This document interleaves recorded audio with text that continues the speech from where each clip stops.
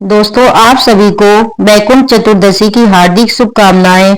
हमारे हिंदू धर्म में वैकुंठ चतुर्दशी का बहुत ही विशेष महत्व है। इस दिन भगवान विष्णु के साथ भगवान शिव की भी पूजा की जाती है। शिव पुराण के अनुसार कार्तिक शुक्ल चतुर्दशी के दिन भगवान विष्णु ने विधिवत तरीके से शिव जी की पूजा करके ने के लिए वाराणसी जाकर उन्हें प्रसन्न करने के लिए 1000 कमल के पुष्प समर्पित किए। लेकिन कमल के पुष्प अर्पित करते समय 1000 पुष्पों में से एक पुष्प का गायब हो गया। बार बार भगवान श्री हरि कमल के पुष्पों की गिनती करते, लेकिन हर बार एक कमल का पुष्प गायब मिलता। ऐसे में विष्णु जी ने अपनी पूजा को पूरा करने के लिए अपनी आंख को कमल मानकर भगवान शिव के चरणों में समर्पित कर दी, जिससे भगवान शिव अत्यंत प्रसन्न हुए और उन्होंने श्री हरि जी की केवल आंख ही वापस नहीं की, बल्कि प्रसन्न होकर उन्हें सुदर्शन चक्र भी उपहार स्वरूप दिया, जिसे भगवान विष्णु अपने भक्तों की रक्षा करने के लिए सदैव अपनी उंगली में धारण करते हैं।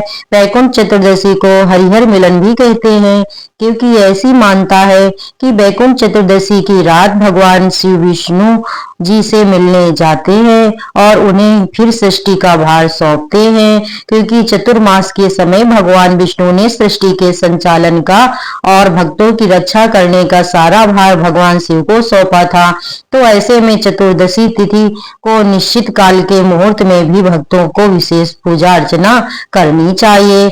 इस बार चतुर्दशी तिथि प्रारंभ होगी 14 नवंबर गुरुवार को सुबह 9:04 से और समाप्त होगी 15 नवंबर शुक्रवार को सुबह 6:19 पर। और वैकुंठ चतुर्दशी 14 नवंबर गुरुवार को मनाई जाएगी और इसी दिन व्रत भी रखा जाएगा।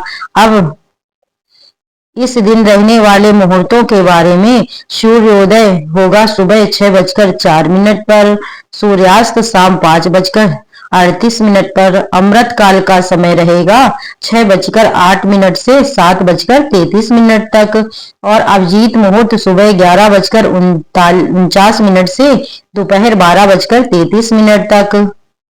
राहु काल दोपहर 1:30 से 3 बजे तक रहेगा। वैकुंठ चतुर्दशी के दिन सिद्ध योग भी बन रहा है, जो कि सुबह 11:02 तक रहेगा और इस दिन सुबह की पूजा का मुहूर्त 5:02 से 6:43 तक रहेगा। निश्चित काल मुहूर्त रात 11:39 से 12:32 तक भगवान शिव की पूजा करने के लिए निश्चित काल का मुहूर्त सबसे उत्तम माना जाता है। तो इस समय आप भगवान शिव की पूजा करें। इसी समय आप भगवान शिव को, यदि आपके पास लाल कमल के पुष्प हैं, तो वह समर्पित कर सकते हैं। इस समय की गई पूजा को भगवान श्री हरि और भगवान विष्णु अवश्य स्वीकार करते हैं। यदि आपके पास समय का अभाव है तो भी शुभ मुहूर्त आपको बताए गए हैं। आप उस समय भी भगवान की पूजा करके दीपदान कर सकते हैं। वैकुंठ चतुर्दशी के दिन और कार्तिक पूर्णिमा देव दिवाली के दिन 365 बाती का दीपदान किया जाता है। तो 365 बत्ती कैसे बनानी चाहिए, कितने धागों वाली जो कच्चा सूत या कलावा होता है उसे कितनी बार लपेटना चाहिए, अगर आप इस बारे में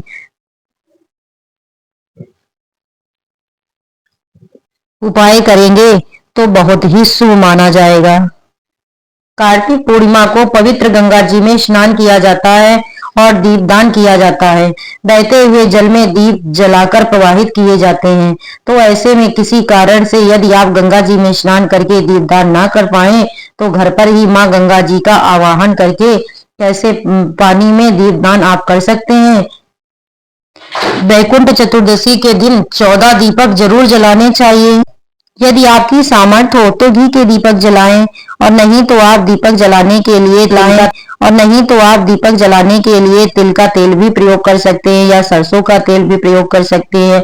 इस दिन सुबह जल्दी स्नान करके व्रत का पूजन संकल्प लें और यदि संभव हो तो इस दिन उपवास अवश्य ही रखना चाहिए।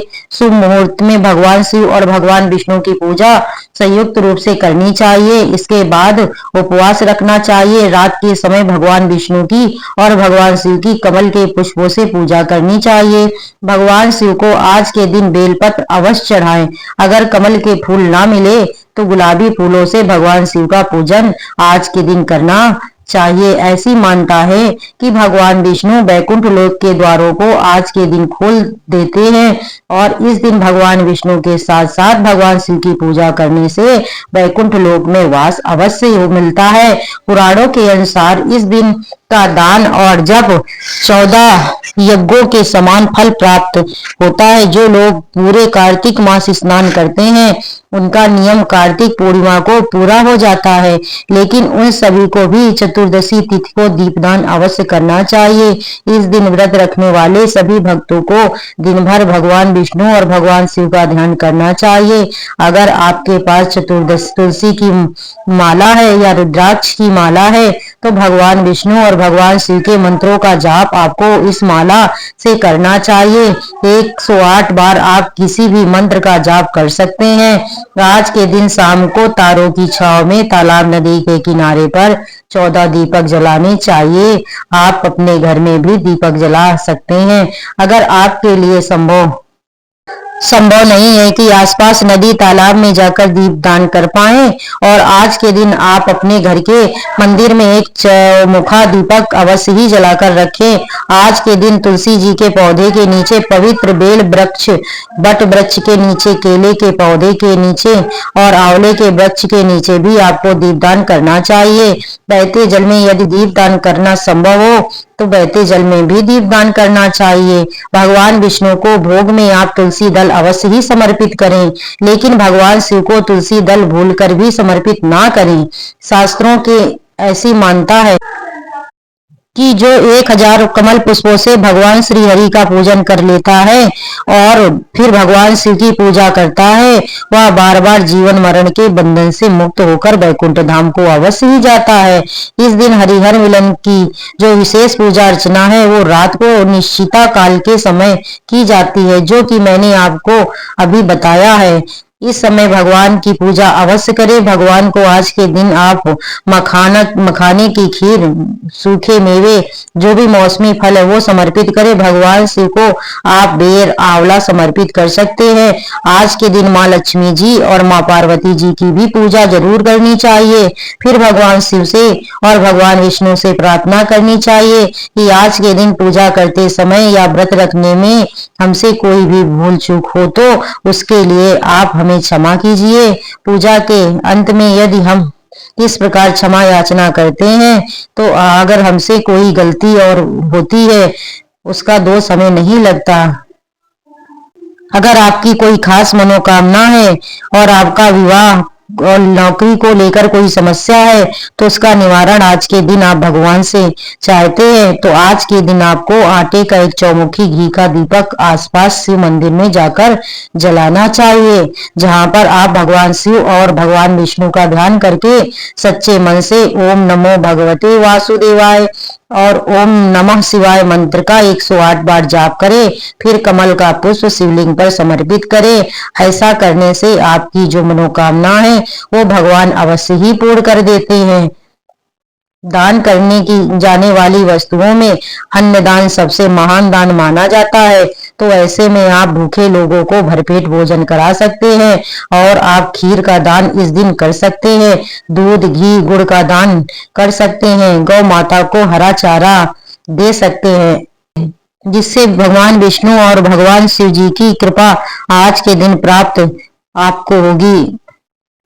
इस दिन मांसाहार या तामसिक भोजन घर में नहीं बनाना चाहिए।